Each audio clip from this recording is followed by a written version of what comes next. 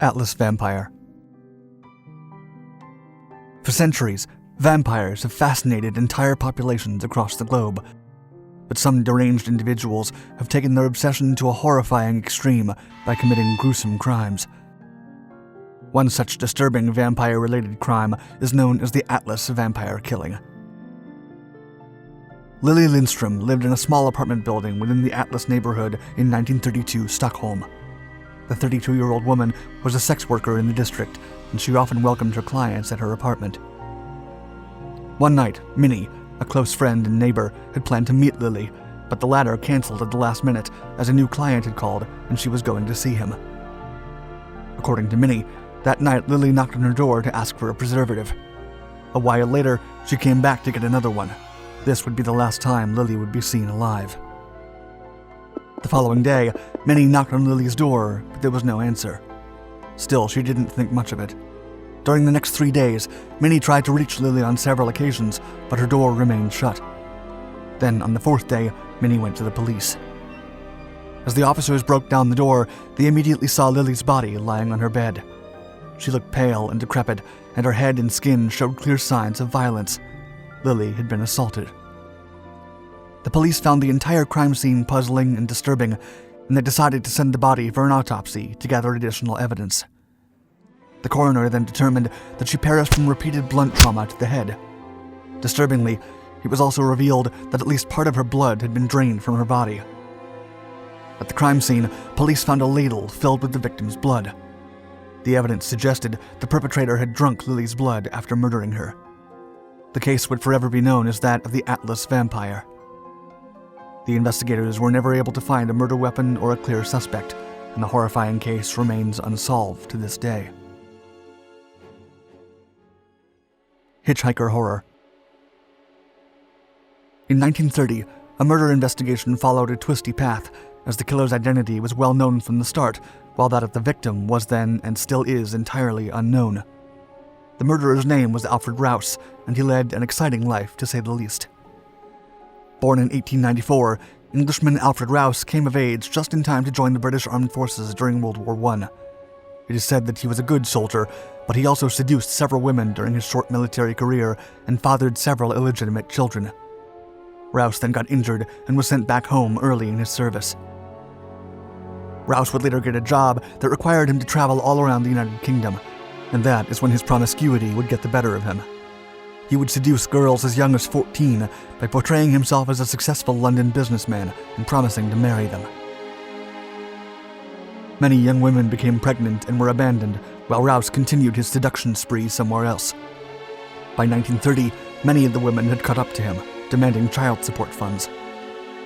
Rouse complied with some of the demands, but his financial situation was bleak. When one of the women announced that Rouse had gotten her pregnant for a second time, he became desperate and began to hatch a plan to start a new life. His idea was simple: feign his own death, and all the child support problems would disappear. Of course, he would need a body of his same build for the scheme to work. Everything fell into place when Rouse met a man at a bar with very similar physical characteristics.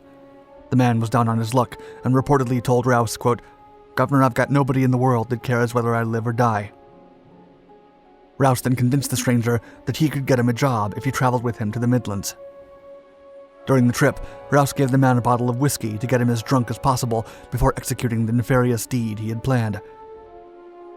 He'd carefully chosen the date of November 5th, as it was Guy Fawkes Night, and people were used to seeing huge bonfires all around England's country landscape. Once the stranger was utterly inebriated, Rouse drifted into the woods near the village of Hardingstone, where he drenched the man in gasoline and set the car on fire. The stranger burned alive, and Rouse escaped wearing his clothes.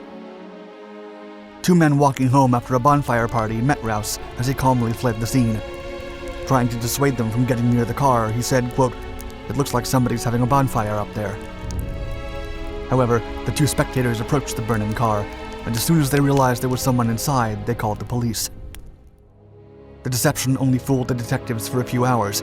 Thanks to the testimony of the two men and the discovery that the car had been tampered with, they soon identified Rouse as the perpetrator. Rouse was arrested and interrogated, and when he finally confessed, the war veteran revealed he hadn't the slightest idea who he'd murdered. Initially, he said the stranger had been a hitchhiker, which led to people calling the case the Hitchhiker Horror. Rouse was tried and hanged in 1933. To this day, no one knows who the man Alfred Rouse burned alive was. JAMISON Family Bible. On October 17, 2009, two hunters biking home stumbled upon what seemed like an abandoned camp and truck in the wilderness of Latimer County, northwest of Red Oak in Oklahoma. Inside the locked vehicle, the hunters found a malnourished dog. The animal seemed to have been without food and water for a few days.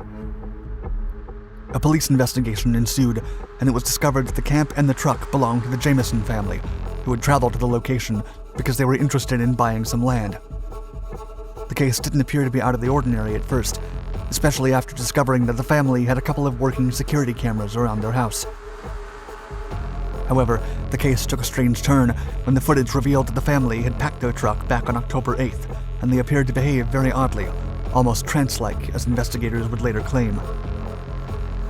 Bobby, Sherry Lynn, and their young son, Madison, seemed to have just walked into the wilderness, leaving all their possessions behind.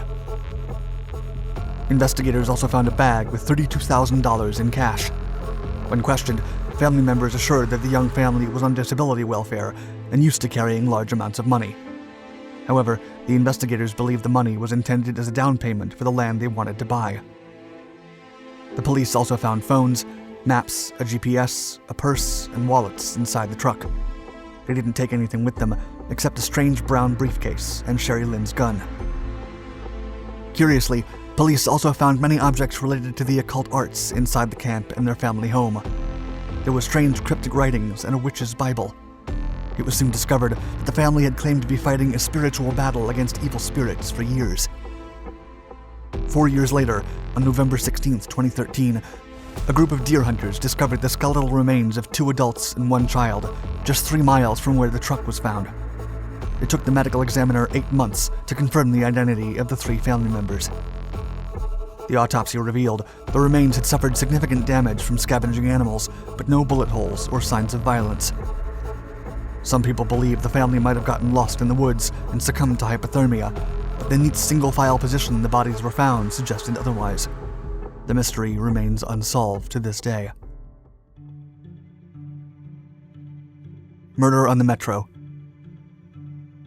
In the 1930s, Letitia Thoreau moved to France from Italy looking for a steady job and a better life. After her husband passed away, she began working as a private investigator for right-wing organizations who gave her a job at the Maxi Glue factory and expected her to inform on the syndicate's activities and other left-wing factions in the plant. Thus, she began a double life. She was an ordinary factory worker by day and a private detective, informant, and international spy by night. Letitia was a right-wing sympathizer, and she openly supported Italian fascism. Eventually, she worked as a spy for the Cagoule, a far-right French authoritarian political faction and terrorist group, the Italian fascist government, and the Paris police. On the evening of May 16, 1937, Thoreau boarded an empty first-class metro car.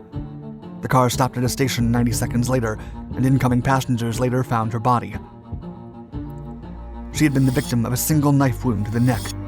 The attack had been precise, professional, and incredibly fast.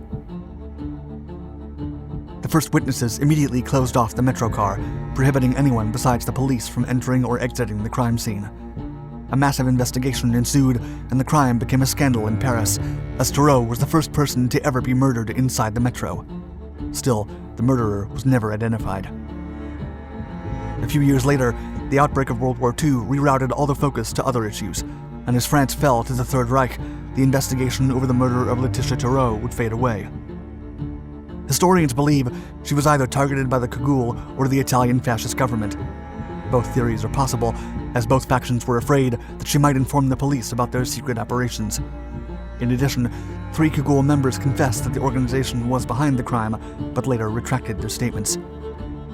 Reportedly, Jean Filiol, the founder of the Cagoule, confessed to knowing that the Italian government was responsible for the attack. However, neither theory was pursued.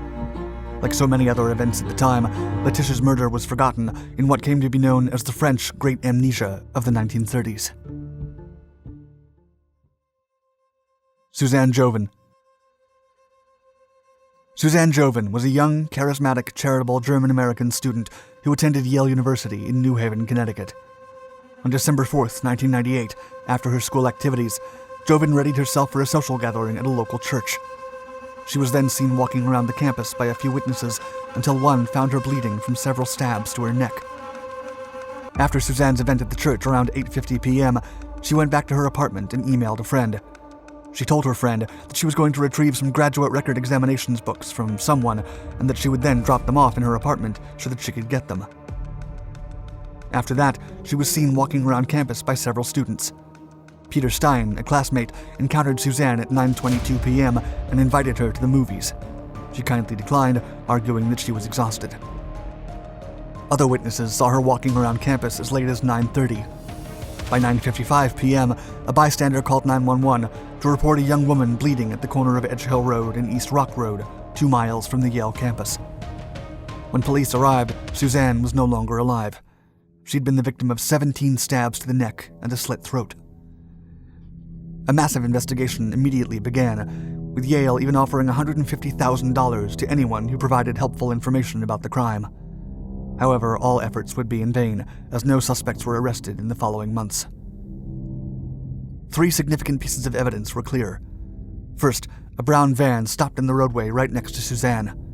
Second, a man in his 20s or 30s with an athletic build and well-groomed hair was seen around 10 p.m. running in the opposite direction from where Suzanne was found.